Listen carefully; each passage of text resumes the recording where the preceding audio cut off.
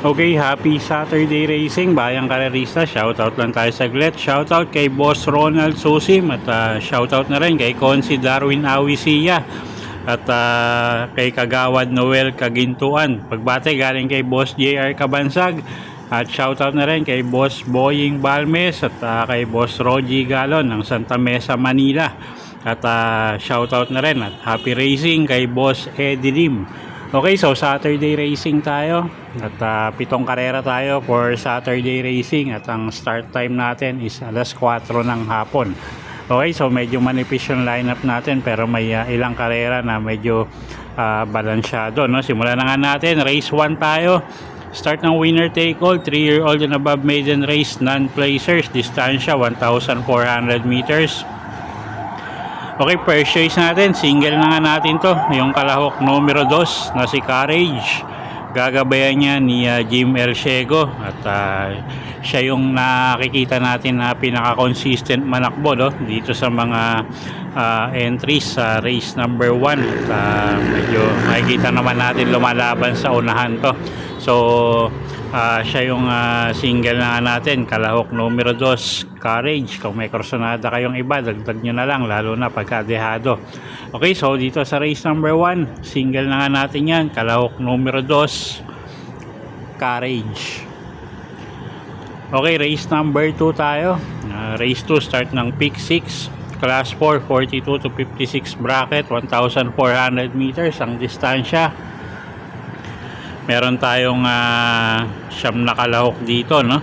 8 in betting numbers. So first choice natin dito yung numero 1 na rin, couple entering Make No Mistake at Sai Sisant.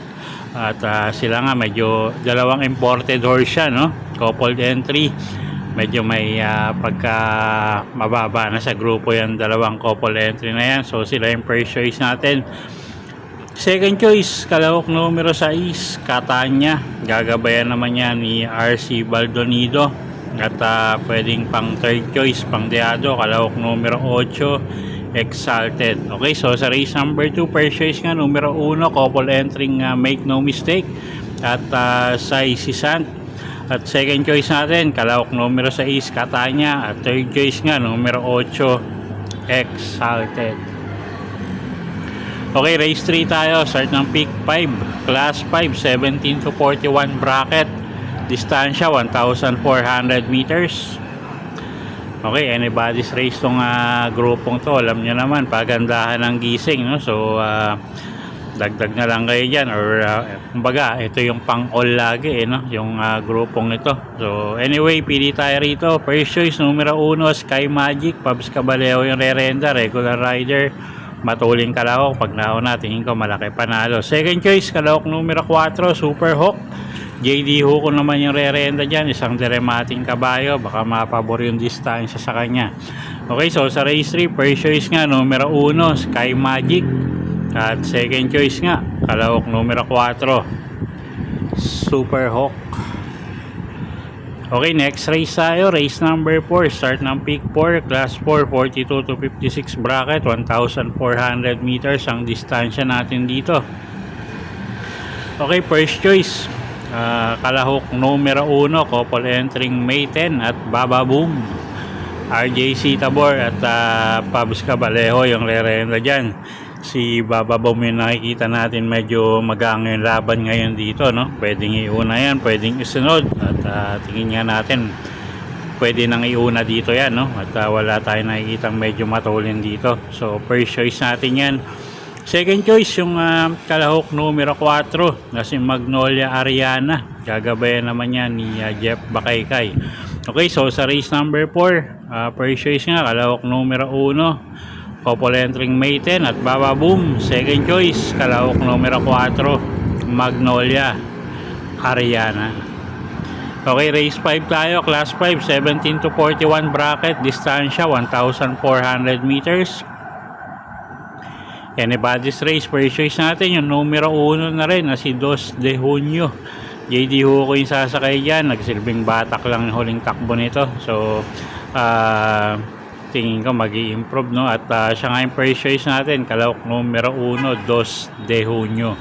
Second choice, kalahok numero G, Swalop. RJ Tabor yung sasakay dyan, maganda post position. At siya nga yung second choice natin, medyo mababa na rin sa grupo yan. At pwedeng pangsama, pangdehado sa mga exotic nyo, yung kalahok numero 7 na si Hot Legs at kalahok numero 9, Princess Isabel. Okay, so sa race 5, first choice nga numero 1, 2 de Junio. Second choice, kalahok numero G, Swallow, at pwedeng pangsama pangdehado sa mga exotic, kalahok numero 7, Hot Legs, at kalahok numero 9, Princess Isabel. Okay, race 6 tayo, penultimate race. Class 4, 42 to 56 bracket, distansya 1,400 meters. May 8 kalahok tayo rito at pili nga natin dito, single na natin yung kalahok numero 3 na si Queen Marquesa. Isang imported horse, AP Nabarosa yung re-renta dyan. Pag nilabas ng connection, tingin ko medyo kaya yung grupo kaya lang yun nga, pag nilabas ng connection. Anyway, at tingin nga natin medyo lutang sa laban to, no? At single na nga natin yan, kalahok numero 3. So kung may kursonada kayong iba dyan, dagdag nyo na lang. Okay, so sa race 7 tayo ngayon, last and final race for the day, class 5, 17 to 41 bracket, 1,400 meters ang distansya natin dito. Anybody's Race, paratingan, first choice, kalahok numero 1, My Star. Dan L. Camanyero yung re-renta dyan, medyo mababa na rin sa grupo yan. Isang matuling kalahok, pero pwede rin isunod dyan. So first choice natin, numero 1, My Star. Second choice, kalahok numero 7, Lightning Bolt. Pabs Cabalejo naman yung re-renta dyan, regular rider niya.